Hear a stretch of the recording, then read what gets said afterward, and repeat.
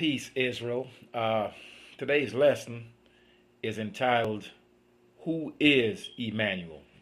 I'm going to try to give you a detailed lesson here on exactly who is Emmanuel, to let you know exactly who Emmanuel is, and he's not to be confused with anyone else. So brace yourself, sit still, don't turn to the left or to the right, okay, because as I get ready to slap you with this truth, you don't want to get hit in the mouth. All right, so sit down and relax, Israel. Let's go ahead and get an understanding on this lesson. We're going to start off first with Matthew 1, and we're going to go straight to Matthew 1, verse 23, okay? And it reads, Behold, a virgin shall be with child, and shall bring forth a son, and they shall call his name Emmanuel, which being interpreted is God with us, or Yah with us, okay? The reference for this is Isaiah 7, verse 14. So what we're going to do is we're going to go backtrack through the records, okay, and see exactly who this Emmanuel is and give an understanding on this Emmanuel so we know who it is, and therefore we will be able to determine exactly what this Matthew is really talking about, if it is talking about anything at all. All right, let's go ahead and flip straight to, let's jump to Isaiah. We can go to Isaiah. We're going to start with Isaiah 7. I'm going to read through that. As a matter of fact, I actually have to write some things down for you so you can understand. Let me try to put this on pause somehow. Give me 1 second. All right, Israel. I needed to write this down for clarity, so bear with me so you can see and get a better understanding of this lesson. Israel is synonymous with Samaria, capital city, okay? And they're known as the north or the northern kingdom, okay? Judah is in the south, also referred to as Jerusalem. Also can be referred to as the city of David, okay? They are in the south, all right? These are two kingdoms, or two nations. This is when Israel was split into two parts, okay, after the reign of Solomon's son Rehoboam. All right? So now, we've got, for us to understand what's going on in Isaiah 7 and 8, this information is important that you know it. We've got Pekah, okay? He is the king or governor that's ruling in Israel. Israel, which is the north, okay? Because when we're dealing with the north and the south, when you read Israel and Judah, it's all Israel, okay? But they've been split into two different nations. We've been split into two at this point, all right? So we've got Pekah. He is the governor, or what you may commonly hear, the king of Israel, which is the northern kingdom, okay? We've got Rezin. Rezin, he is the king in Syria, all right? And we've got Ahaz. Ahaz is the king in Jerusalem.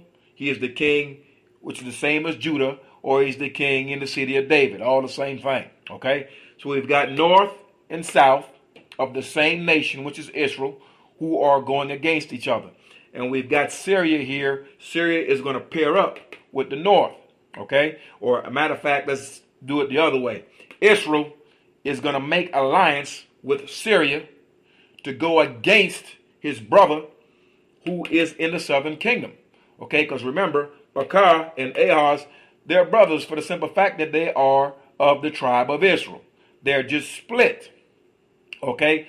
But Pekah was brazen enough to actually pair up with foreigners. He paired up with the Syrians, okay, to go against his own brother down in the south.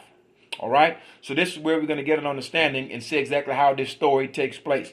But I just wanted for you to see this, and now we're going to go into the documentations and read the script so you can understand exactly what is taking place and what has transpired. All right, I'm going to put this down, and we're going to get to the book.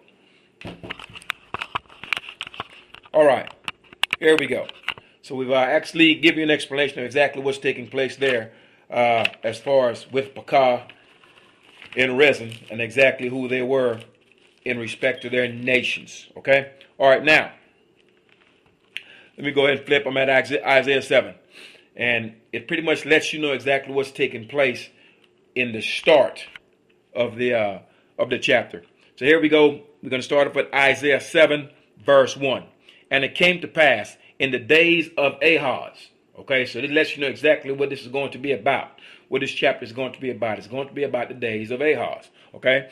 And it came to pass in the days of Ahaz, the son of Jotham, the son of Uzziah, king of Judah, the south, and Rezin, king of Syria, and Pekah, the son of Remaliah, king of Israel, went up towards Jerusalem to war against it, but could not prevail against it. Okay, so once again, just as I've just described, we have the north, okay, Pekah pairing up with Rezin to go against his own brother, who is Ahaz, in the south. All right, so now we can get some confirmation on this exact situation if we go to 2 Kings. 2 Kings 16, verse 5. Okay, 2 Kings 16, verse 5. And it reads, Then Rezin, king of Syria, and Pekah, son of Remaliah, king of Israel, came up to Jerusalem to war. Okay, Jerusalem once again is the south. That's where Ahaz is. Okay, and they besieged Ahaz and could not overcome him. Okay, so once again, you want to see reference to what Isaiah 7 is talking about in Isaiah 8. Okay, you're going to find those answers in 2 Kings. And this is pretty much what we're going to go over. All right, now let's go back to Isaiah 7. Okay, now we're going to go with verse 2. And it was told the house of David is the same as Jerusalem. Okay, it's Ahaz. All right, it's the same as Jerusalem, same thing, it's the southern kingdom. And it was told the house of David, saying, Syria is in confederate with Ephraim. Okay, Syria is in confederate with Ephraim. But notice now, the word Ephraim is used. The word Israel is not used. But if you're familiar with the history of Israel, you know good and well Ephraim is the lead tribe in the north. So if you're speaking, if you hear Israel, if you hear Ephraim, or in terms Samaria, this speaks of the northern kingdom or the northern tribes automatically. Okay, so when you see Ephraim, it's the same as Israel. It's the same thing. Okay, once again, verse 2. And it was told the house of David, the southern kingdom, saying, Syria is in confederate, they're in league with Ephraim, the northern kingdom.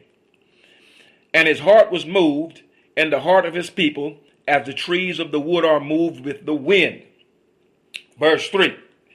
Then said the Lord unto Isaiah, okay, go forth now to meet Ahaz, thou and Sheshub thy son. So Sheshub is Isaiah's first son. At the end of the conduit of the upper pool in the highway of the fuller's field, and say unto him, okay, so this is the Most High talking through Isaiah to meet King Ahaz, to talk to Ahaz, because Ahaz know that his brother is conspiring against him.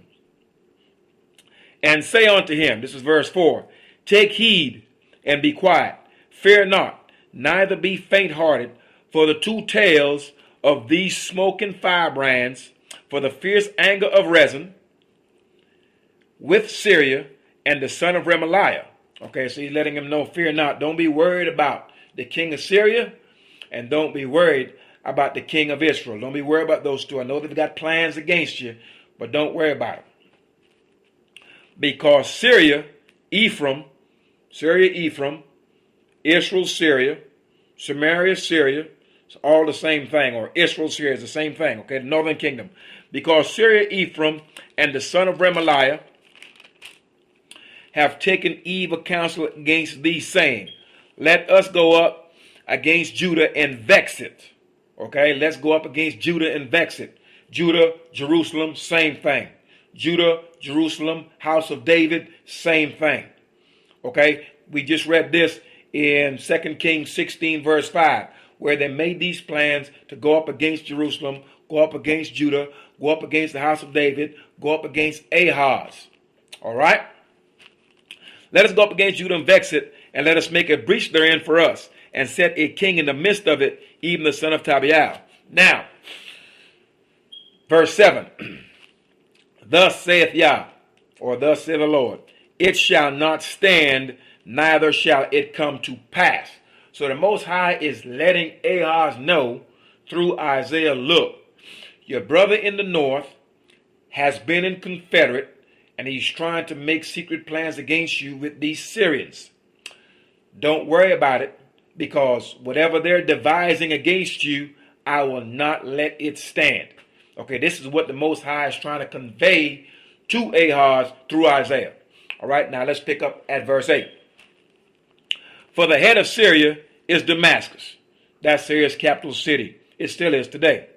And the head of Damascus is Rezin, which means the king of Damascus at that time is Rezin, who is the king of Syria.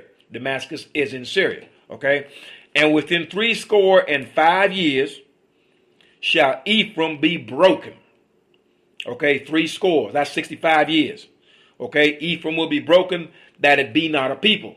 Okay, so the Most High is saying over a certain period of time, he was going to break the north.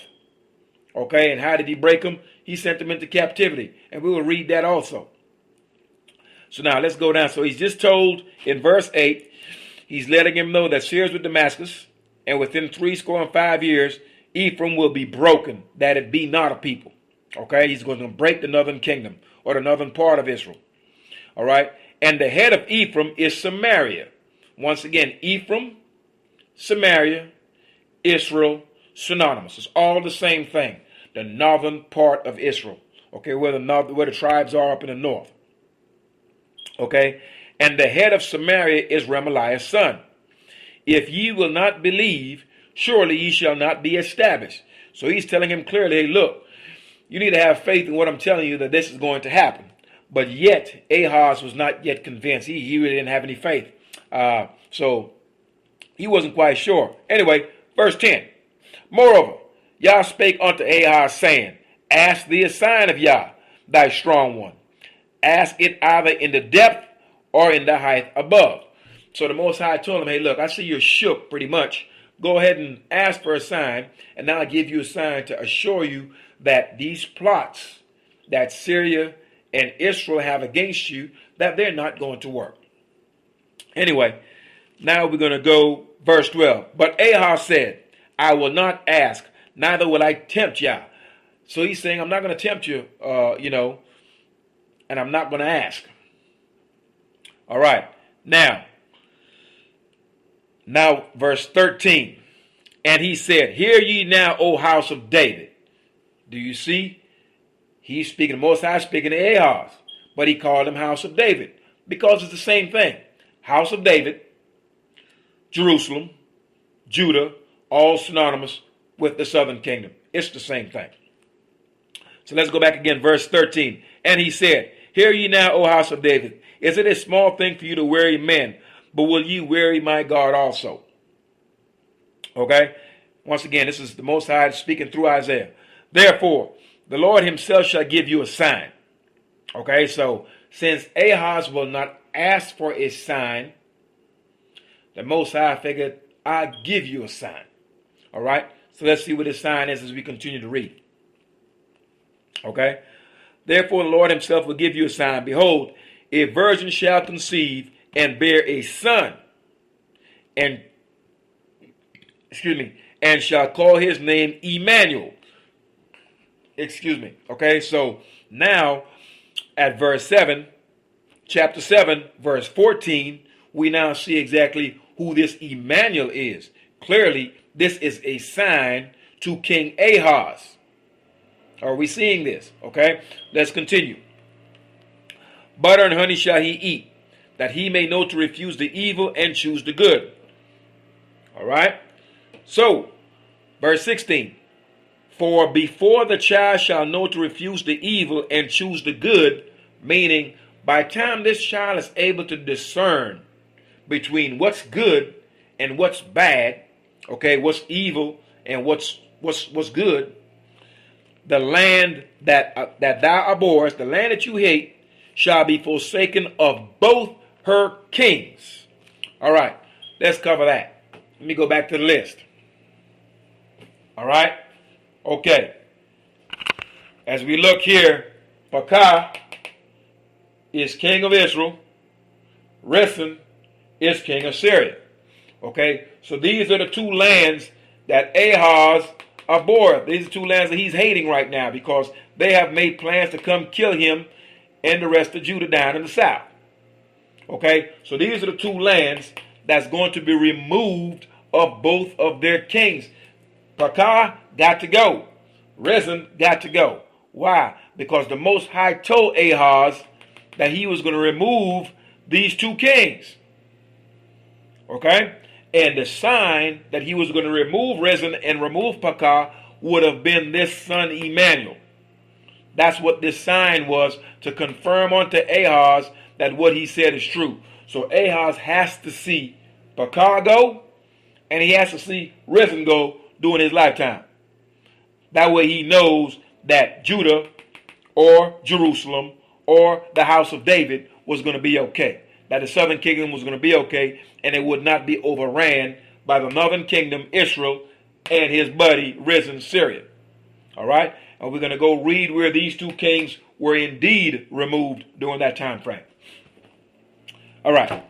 So let's go to verse 17. Okay? The Lord, Yah, shall bring upon thee and upon thy people and upon thy father's house days that have not come, from the day that Ephraim departed from Judah, even the king of Assyria. When Ephraim departed from Judah, it simply means when they became two separate nations. Okay? When Israel departed from Judah, you could say it that way also. Or when Israel departed from Jerusalem. Same thing. And it shall come to pass in that day that Yah shall hiss for the fly that is in the utmost part of the rivers of Egypt, and for the bee that is in the land of Assyria. That's important. The land of Assyria. Remember, we talked about Syria. Okay? Rezin is the king in Syria. But we haven't discussed Assyria yet. And that's important, okay? So the Most High is going to call for the bees, for the bee that is in the land of Assyria. Let's go to verse 19.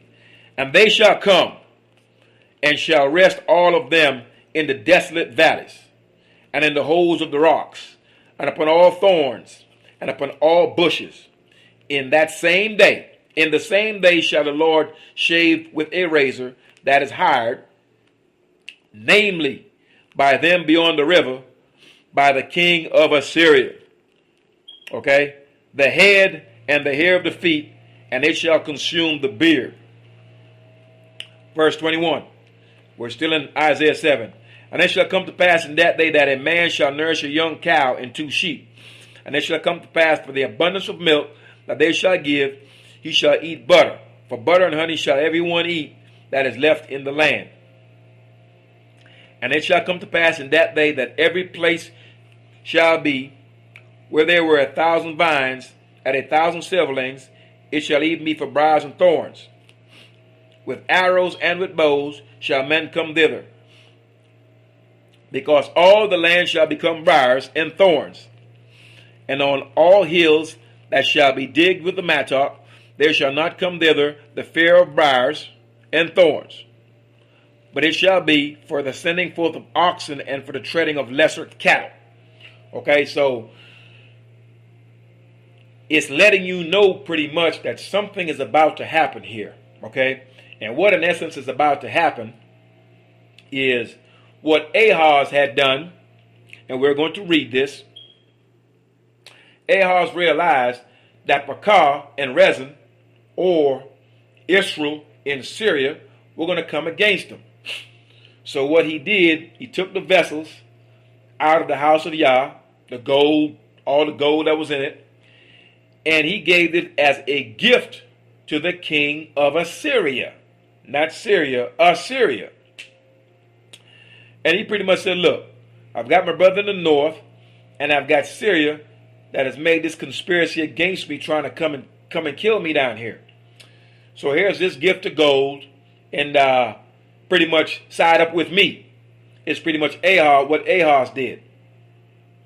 And the king of Assyria hearkened unto Ahaz. He listened to him, took his petition, okay, and what he did, he went against Syria. Okay? He went against Syria. He also went against Israel too, but that's another topic. But he went against Syria. Okay, this is the king of Assyria who did this. Okay, once he was petitioned by Ahaz to help him out. Ahaz, hey, help me out. I've got my brother in the north, and I've got these Syrians want to come against me. So Ahaz went ahead and petitioned the king of Assyria to help him out. All right, so let's go ahead and go to verse 8, and then we're going to jump back to 2 Kings. All right, so we're at chapter 8 of Isaiah. Moreover, Yah said unto me, take thee a great roll, and write it with a man's pen concerning Mahal al-Hashbaz. All right, that's now the third son of Isaiah. So we had at first the son that he went with to meet Ahaz, Shejeshiah, we had him, and then we had Emmanuel, that's the second son, and now we're talking about a third son, Mahal al-Hashbaz, all right? Now, verse 2 of chapter 8 Isaiah. And I took upon me faithful witness to record Uriah the priest and Zechariah the son of Jeberechiah. And I went unto the prophetess, and she conceived and bare a son. Then said Yah to me, call his name Mahal al-Hashbaz. So this is where Isaiah has now his third son. All right. Now, all his children that was given to him were signs unto Israel the nation. Okay, and we're going to read that also. Excuse me. Now let's go to verse 4. For before the child shall have knowledge to cry, my father and my mother, the riches of Damascus and the spoil of Samaria shall be taken away before the king of Assyria. So now, this child, Mahal al-Hashbaz, before he can cry, my father or my mother, it's saying clearly here that Damascus and the spoil of Samaria shall be taken away before the king of Assyria. So remember, I just told you a couple of minutes earlier that Ahaz went ahead and petitioned the king of Assyria to help him out by giving the king of Assyria all the gold and the precious things out of the house of Yah, or out of the house of the Most High. Okay, and the king of Assyria hearkened on to him and said, yeah, we'll go ahead and look out for you. So what the king of Assyria did, he went into Damascus, took that over, okay, ran the Syrians out, and he also ran into Jerusalem. Not Jerusalem, excuse me, also went into Israel. Okay, and took them out of there as well. Okay, so it pretty much backfired on Rezin as well as Pekah. All right, because Ahaz got help from Assyria, and Assyria went in and cleaned up both Syria as well as Israel. Anyway, let's continue. The Lord spake also unto me again, saying, for as much as this people refuseth the waters of Shiloh, and go softly and rejoice in Rezin and Remaliah, and Remaliah's son who's Pekah. Now therefore, behold, Lord bringeth up upon them the waters of the rivers, strong and many, even the king of Assyria, and all his glory. So what you're reading here in verse 7 of chapter 8 Isaiah is that the Most High was going to bring the king of Assyria, and he was going to pretty much overflow the land like a river that has overflown its banks. All right, so Assyria was going to come through there and pretty much just take over everything, just overspread the land and pretty much besiege them. This is pretty much what's going to happen, or what it's describing here. Anyway, let's continue. Let's restart Isaiah chapter 8. Let's go back to verse 7. Reread that. Now therefore, behold, the Lord bringeth up upon them the waters of the rivers, strong and many, even the king of Assyria, and all his glory. And he shall come over all his channels, and go over all his banks. Okay, so it's letting you know that the king of Assyria, he was going to come in these lands, and he was going to take over things as if a river that has overran its banks. All right. And he shall pass through Judah. He shall overflow and go over. He shall reach even to the neck, and the stretching out of his wings shall fill the breadth of thy land, O Emmanuel. So, what happened is, he came through the land, the Assyrians, of both Damascus, which is Syria, as well as Israel, and clearly, we just read that, he did the same in Judah, because everyone was taken away at one point except Judah. Okay, all the north were taken away, carried into different lands, okay, and those people, as Israel was taken out, okay, other peoples from other lands were brought into the land. So we had strangers in the land at one point. Okay, so now, and this was all done by Shalmaneser. Okay, so now we're looking at, and that's the that's the Assyrian king. Now we're going to go to verse 9. Associate yourselves, O ye people, and ye shall be broken in pieces. Once again, he did promise that Ephraim, or Israel, the northern kingdom, would be broken and not be a people. So this is what we're reading here. And give ear, all ye of far countries, gird yourselves, and ye shall be broken in pieces. Gird yourselves, and ye shall be broken in pieces. That was Isaiah chapter 8, verse 9. Now we're going to verse 10. Take counsel together, and it shall come to naught. Seek the word, and it shall not stand, for God is with us. Okay? So, that was the sign of this Emmanuel, to let Isaiah know that, hey, the Most High is with you. Okay? So, this child is going to be born. By the time this child can know the difference between good and evil, the king in Syria was going to be removed, and the king in Israel was going to be removed. Okay, that was a sign for this.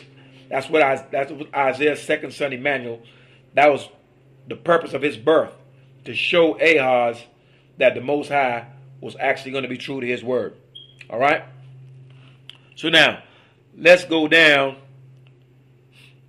to verse 11 of Isaiah 8.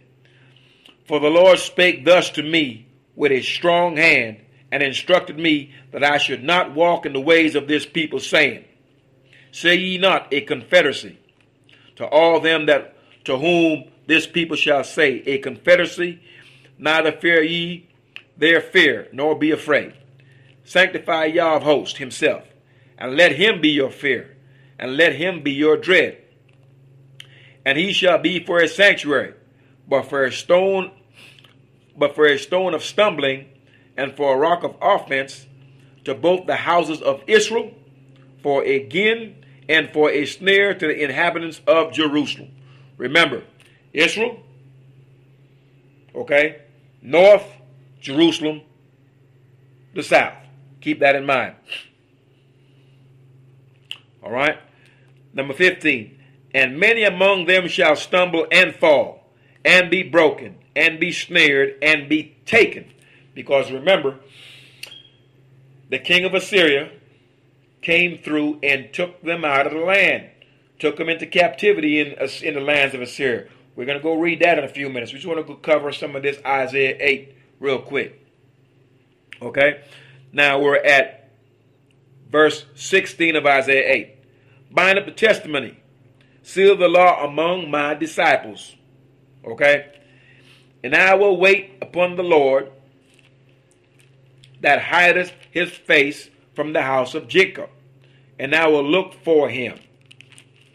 Behold, this is Isaiah speaking still. I and the children whom Yah hath given me are for signs and for wonders in Israel from Yah of hosts, which dwelleth in Mount Zion. Do you see that? Okay, so Isaiah is saying here in chapter 8, verse 18, that these children were given to him for signs and for wonders in Israel. In Israel. Okay? So keep in mind, Isaiah is in the south. Israel is in the north. Okay? So once again, now we're at verse 19. And when they shall say unto you, seek unto them that have familiar spirits, and unto wizards that peep, and that mutter, should not a people seek unto their God for the living to the dead? To the law and to the testimony, if they speak not according to this word, it is because there is no light in them. So therefore, anyone that's telling you Emmanuel is a Jesus, there's no light in them. Because clearly we're seeing here that Emmanuel is the second son of Isaiah. Okay? And like I said before, we're going to go back here in a minute and we're going to read some of 2 Kings for you to get a better understanding of what's going on. I just want to cover Isaiah 7 and Isaiah 8 to let you know clearly this is not a Jesus. Emmanuel is the second son of Isaiah, who was giving as a sign to King Ahaz. Okay, once again, let's go now down to verse 21 of Isaiah 8. And they shall pass through it hardly, bestead and hungry. And it shall come to pass that when they shall be hungry, they shall fret themselves, and curse their king and their God, and look upward. And they shall look unto the earth, and behold trouble, and darkness, dimness of anguish, and they shall be driven to darkness. Okay, now, they who? Israel, going to be driven to darkness. What is darkness? Darkness is lack of light. Darkness is akin to sin. Okay? Darkness also is lack of law. Because the Most High said clearly his law is light. Okay, you can look at that Proverbs 6:23. Okay? Proverbs 6:23 lets you know those commandments, okay, is a lamp and the law is a light. So if they're driven to darkness, it means a few things. Number one, they're not going to be following the law. All right? And if you're not following the law, then you're in darkness. And when you're in darkness, that's when you fall victim to traps and snares because you can't see where you're going. That is why in Deuteronomy 28, it said clearly that we will stumble like blind men grope at night. We're going to grope at noonday. At noonday, we know it's bright outside. Okay? So we're going to be groping. Why? We're groping and stumbling around, feeling our way around in the dark. Is because we're operating without this law. Okay? The law is our light. That this is what teaches us how to avoid these snares and traps. Okay? So keep in mind, Isaiah 8 verse 20 is important. To the law and to the testimony, if they speak not according to this word, it is because there's no light in them. There's no law in them. Okay, in other words, you're being lied to. Now, we've just covered 7 and 8 of Isaiah. Now, let's go ahead and kick it off. Let's go to 2 Kings 15:27. Now we're going to go back. Now that we have an understanding of, we just read Isaiah 7 and 8. We kind of see who Emmanuel is here. Now let's go back and confirm Isaiah both 7 and 8. Let's start off with 2 Kings. 2 Kings, we're going to go to verse 15. Chapter 15, 2 Kings 15. 2 Kings 15, and we're going to go with verse 27. Give me a second. 2 Kings 15 and verse 27. All right. In the 52nd year of Azariah, king of Judah, Pekah, the son of Remaliah, began to reign over Israel and Samaria, and he reigned 20 years. Okay, so we see now clearly when Pekah, okay, when he came into rulership. Okay, he came into rulership of the very last year of Azariah, who reigned for 52 years. Okay, so we know good and well in the Jesus story, it says when he was 2, he had to flee to Egypt. That's what it said. Okay, it also said clearly during his birth, during his time, that the king that sought for him was Herod. And Herod was supposed to be the king down in Judea. That can't be. For the simple fact that the king during that time in Jerusalem was Ahaz. Period. That's not something we have to even question. It's right here. Okay? So we know good and well who was the king or the governor in Jerusalem at this time. It was Ahaz. So there's no way that this Emmanuel is a Jesus anywhere. Because after Ahaz had a son who reigned for 29 years after him. Okay? So this Jesus lived for like 33 years or something like that. 33, 34, 35, something like that. So during his time, if he was going up against authority, okay, it would have been Ahaz. It would have been Ahaz. Period. If not Ahaz, it would have been Ahaz's son. Would not have been Herod. No way, no how. Plus, Herod was an Edomite. He was not an Israelite. So these are some of the things you need to take into consideration when you start talking about this Emmanuel Jesus deal. Anyway, let's go ahead and let's go down and look at verse 29 of 2 Kings chapter 15. In the days of Pekah, king of Israel, came Tiglath-Pileser, the king of Assyria. Okay? And this king took lands. Okay? He took Ijon, Abel Beth Maachah, and Joanna, Kadesh, Hazor, Gilead, and Galilee, and the land of Naphtali, and carried them captive to Assyria.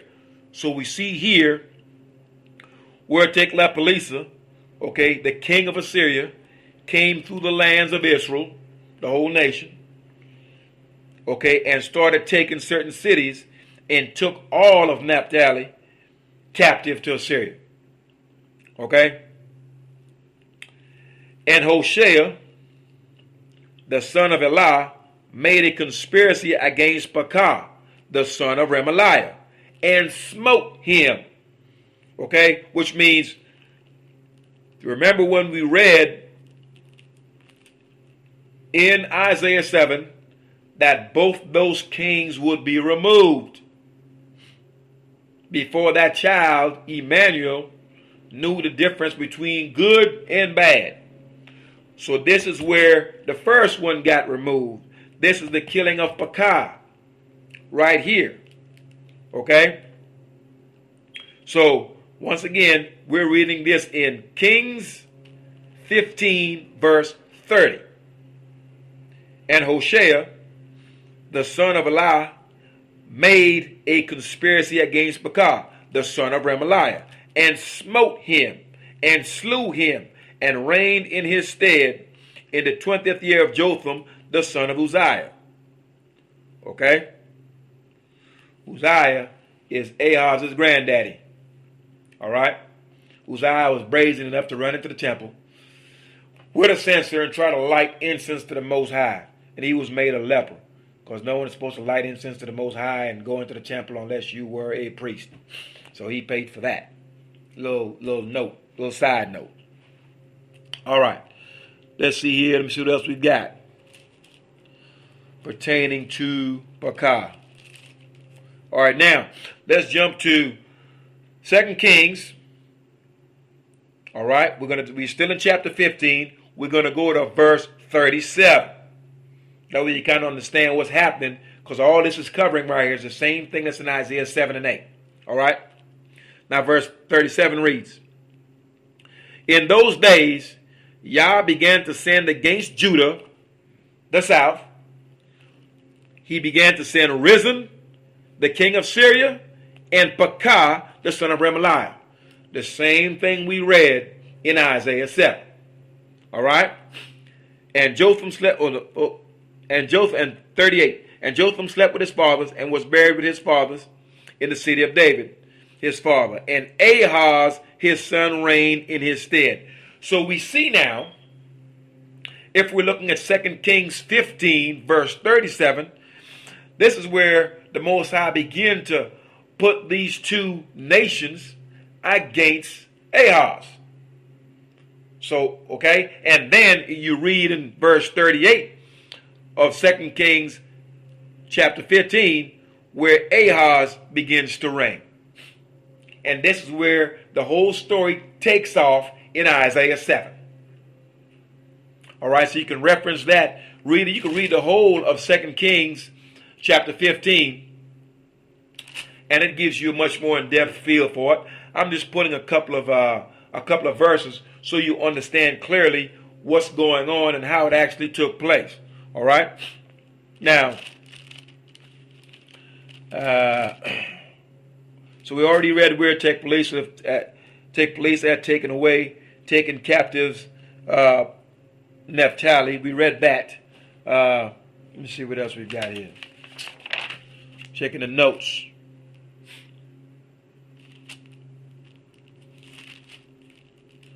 We've read 16:5. Give me 1 second. All right. Let's go down and read now. Let's go 2 Kings chapter 16. Let's go to chapter 16, verse 7 through 9. 2 Kings chapter 16, verse 7 through 9. We've already read where Pekah was slain, where he was killed. Okay, now we're going to read where Rezin was killed. And those will be those two kings that the Most High promised Ahaz would be removed, so Ahaz would know that the Most High was with him and that the conspiracy between Israel and Syria would not stand. All right? So let's go ahead and read where Rezin, he got killed. Let's read that. Like I said, once again, we're at 2 Kings chapter 16. We're going to kick it off at verse 7. But let me go ahead and we're going to read 5 first. Let me read 5. Then Rezin, king of Syria, and Pekah, son of Remaliah, king of Israel, came up to Jerusalem to war. Same thing we read at the start of Isaiah 7. And they besieged Ahaz, had him surrounded, but could not overcome him. All right. At that time, Rezin, king of Syria, recovered Elath to Syria, and drave the Jews from Elath, and the Syrians came to Elath and dwelt there unto this day. So Ahaz sent messengers to Tiglath-Pileser. All right, so we're with this right now. Ahaz is sending messengers to Tiglath-Pileser, king of Assyria, not Syria, Assyria. And this is what Ahaz said to Tiglath-Pileser, the king of Assyria. I am thy servant and thy son. Come up and save me out of the hand of the king of Syria and out of the hand of the king of Israel. Remember, I told you earlier that Ahaz sought help. He petitioned the king of Assyria to help him because of the conspiracy of his brother Pekah in the north and Rezin, the king of Syria. Okay, so this is what we're reading right now. I've told you about it. You saw it in 7. So now we're going to read exactly what's taking place here. All right. I'm thy servant, thy son. Come up and save me out of the hand of the king of Syria and out of the hand of the king of Israel, which rise up against me. Okay, so this is Ahaz seeking help. Well, my brother up in the north, he's paired up with Syria. So Ahaz said, look, I'm going to go petition Assyria. See if they can help me. And Tiglath-Pileser did indeed help him. So we're going to read this right now. So we're at 2 Kings 16, verse 8. And Ahaz took the silver and gold that was found in the house of Yah and in the treasures of the king's house, and sent it for a present to the king of Assyria. Tiglath-Pileser, that's who he sent it to. And the king of Assyria hearkened unto him. For the king of Assyria went up against Damascus. Damascus is the capital city of Syria. He went up to Syria and he took it, and carried the people of it captive to Kir, and slew Rezin. Okay, so Tiglath-Pileser slew Rezin. And when he did that, he also took some of those Syrians captive with him to Kir. All right? So what we've just read here is the removal of risen. This was spoken of, we read it in Isaiah 7, that both those two kings would be removed. So we read it where we read previously where Pekah was removed, and now we're reading here where Rezin was removed. And this was all done during the time of King Ahaz, or Governor Ahaz, governor of Judah, house of David, southern kingdom. So Emmanuel was to actually reaffirm and confirm to Ahaz that Yah was going to be with him. And that's what Emmanuel means. It was the confirmation to Ahaz to let Ahaz know, look, these two kings, Rezin and Pekah of your brother in the north, Israel, and Rezin, king of Syria, the conspiracy that they had to come against you, the Most High said he was going to let it stand. And he was going to have both those two kings removed by the time that child Emmanuel knew the difference between right and wrong. And this had to happen during the time of Ahaz, because if it didn't, then well, how would he see it? So, this takes this whole Emmanuel is Jesus nonsense and kicks it in the face. It's a lie. In other words, what we just covered here is that Matthew, first chapter, is indeed a lie. And if you don't speak according to this word and this testimony, there's no light in you. There's no understanding in you. There's no law in you. And certainly you can't read with any comprehension. That's it. So there it is. That's who Emmanuel is. Okay, you can also reference Ahaz. I want to say you can read about Ahaz in, I want to say 2 Chronicles 28. Let me see. Let me look at some of my notes here. Because you can, 2 Chronicles 28. You can read about the reign of Ahaz, and it covers some of what we just discussed right here. So you can see exactly what were the dynamics of the whole situation to cause this to happen during the time of Isaiah. Okay? So this was an in-depth lesson on exactly who Emmanuel was. It was the second son of Isaiah, given as a sign to King Ahaz that Israel and Syria, though they were in confederate against Ahaz, that confederate and that plan would not stand because the Most High was going to be with Ahaz. Hence the birth of Emmanuel. All right? So hopefully this lesson has given you some understanding, okay? And like I said, keep in mind, one thing, like Palisa went into Syria, all right? He also went into Samaria, or what's also referred to as Israel, the northern kingdom. He went in there and stayed there 3 years. He besieged the whole place, all right? And then he started taking all the Israelites that were up in Samaria and all the north, and he started taking them out the land and started bringing other people into the land that were not Israelites. You can read all that in 2 Kings chapter 16 and 17. Okay? Actually, you can read that in 2 Kings 17. Okay? Where he carried away Israel captive to all these different lands. To the lands and the cities of the Medes. All right, so hopefully you've enjoyed this lesson. Hopefully it has taught you something. You've learned something that, Emmanuel is not Jesus. Okay? This is a story that's trying to magnify, create, heighten an idol. So if these gospels starting off in the first chapter is a lie, and that's just but one of them, there are many. There are more lies in there. Okay, but you're not going to figure these lies out if you don't reference the book of the law. you've got to go back here and study these books. The books of the governors, commonly referred to the books of the kings. You go back here and look at these things and see how they line up. Okay? Match those up with what the prophets actually have said. Because keep in mind, the Most High will do nothing unless he reveals it to his prophets first. So before it happens, he's got to speak on it.